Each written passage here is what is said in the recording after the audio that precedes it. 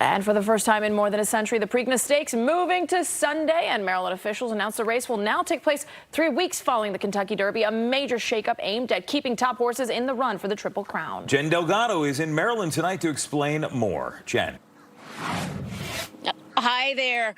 Yeah, that's right. You know, big news coming from Westmore today. We're out here at Laurel Park. And if you remember, Preakness was out here just May 2026 because Pimlico is undergoing construction. But of course, Governor Westmore made that announcement today. We have some video. I want to show you, of course, the typical scenes of what you think of when you talk about the second crown of the Triple Crown. Yes, the Preakness. It typically comes 2 weeks after the Kentucky Derby. But now with this news coming in today, it is going to happen 3 weeks after the Kentucky Derby, and now it's also going to happen on a Sunday. So this means more people will be able to participate, and there's more time for recovery after the Kentucky Derby. Now, of course, this is one of the crown jewels of Maryland sports history, and we heard this from Governor Westmore earlier today when he made the big announcements. Let's listen in.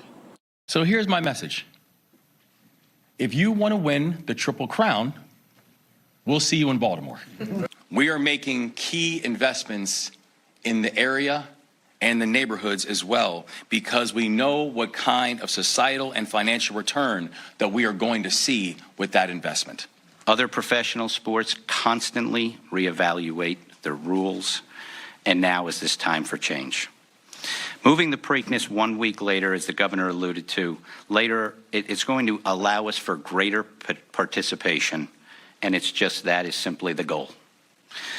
But I think at 3 weeks it also maintains the test of a champion. It's going to take a lot to do it.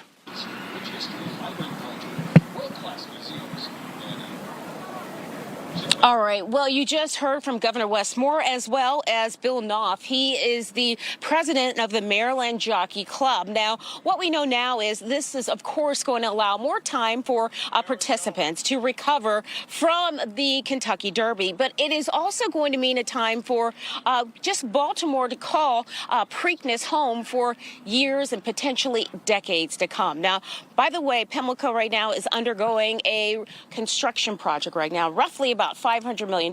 It's expected to reopen in time for next year's Preakness, but it's supposed to have a more limited capacity because of the construction. But right now, all is quiet here, and racing begins September 11th out here in Laurel Park.